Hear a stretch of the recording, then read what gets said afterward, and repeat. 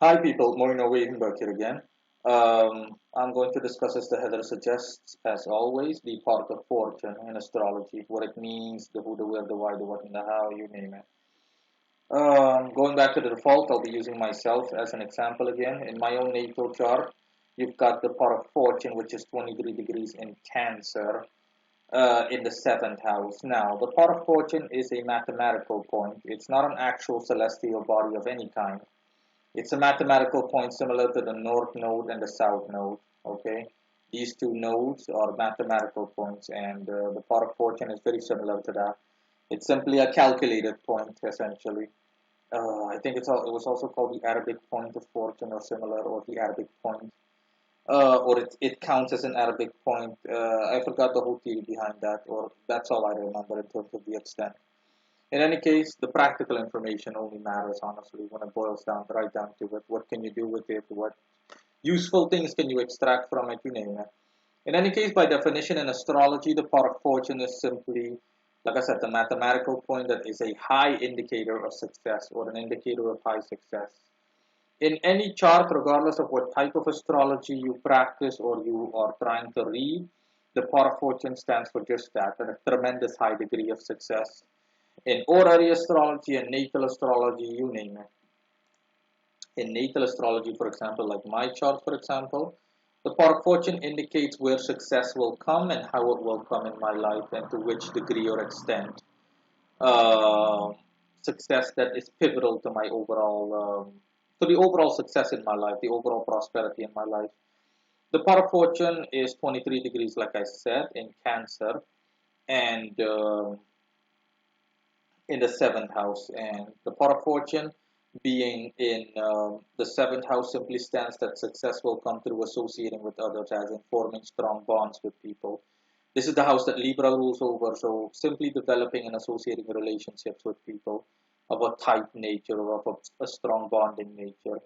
In any case, relationships are godless, whether it be superficial or strong. The 23 degrees that the power of fortune is in Cancer simply stands for elevation. It stands for ascension. The 23 degrees in Cancer simply stands for essentially success coming my way in life by helping other people, essentially those that I associate with in their overall lives, in terms of all matters relating to Cancer. Okay, Cancer affairs. So their household, their overall improvement in terms of quality of life. I essentially help them rise in life.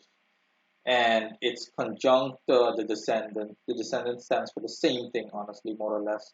It stands for also improving finances for them and whatnot, which is obviously true. I mean, based on what I do, I essentially help people to improve their lives in all of these areas, as well as any other area that they would like to. That in which they would need improving or want improvement or improvement of any kind. Um, yeah, and that's essentially it. Okay, the part of fortune has no zodiac signs it's strong in or zodiac signs it's weak in. Nothing, honestly. It's not a black and white matter.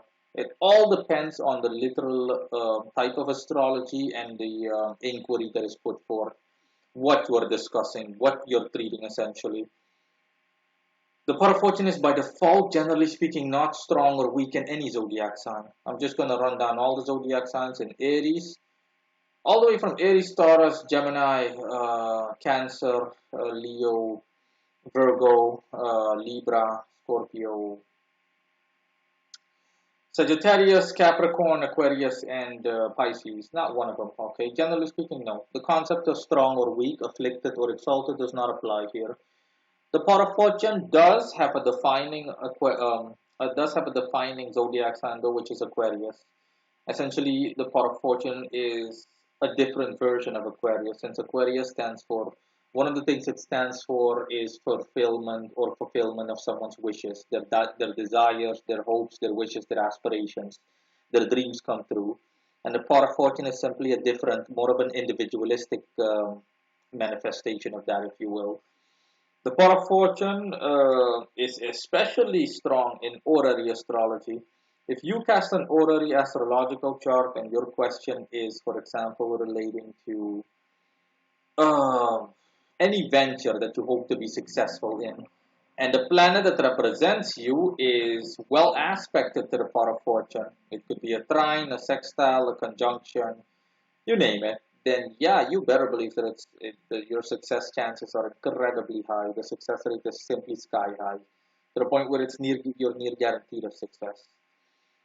That's what it stands for. Okay, and that is all in relation to the pot of fortune. There's nothing else really that there is to say. Of course, you can also go over the aspects that it has. For example, part of the pot of fortune was trine Saturn when I was born. Let me see if there were any other things.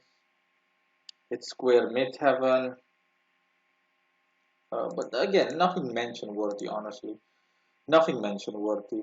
I mean, off the top of my head, generally speaking, the square with the midheaven would indicate essentially that I have difficulty essentially, or I had difficulty in life up to a certain extent, career wise, to advance myself, so to get a better position when it comes to career, due to my inability or unwillingness or reluctancy to associate myself with certain individuals, which is true.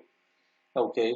I refused to quote unquote kiss the boss's ass or suck up to him, and in exchange, I didn't get a promotion. And the other guy that was low enough to actually be a brown noser actually got the position. The trine with Saturn simply stands for success coming through discipline and through perseverance in relation to associating with people, despite any drawbacks or negativities that Saturn might bring about. That's all. But like I said, the aspects even are not so. They only matter if you really want to be as detailed as possible. By default, if you want a general idea, then yeah, the zodiac sign matters just like any other planet, and the house that it's in matters. Okay, you don't even have to pay attention to the degree. Again, for the last time, okay, for a fortune in Cancer here simply stands for the fact that I success in my life in general comes through associating with others, forming tight bonds with them and whatnot. Doesn't have to be a lot of individuals, but just by default, okay, a substantial amount of individuals and forming bonds with them, whether it be only a business bond, anything.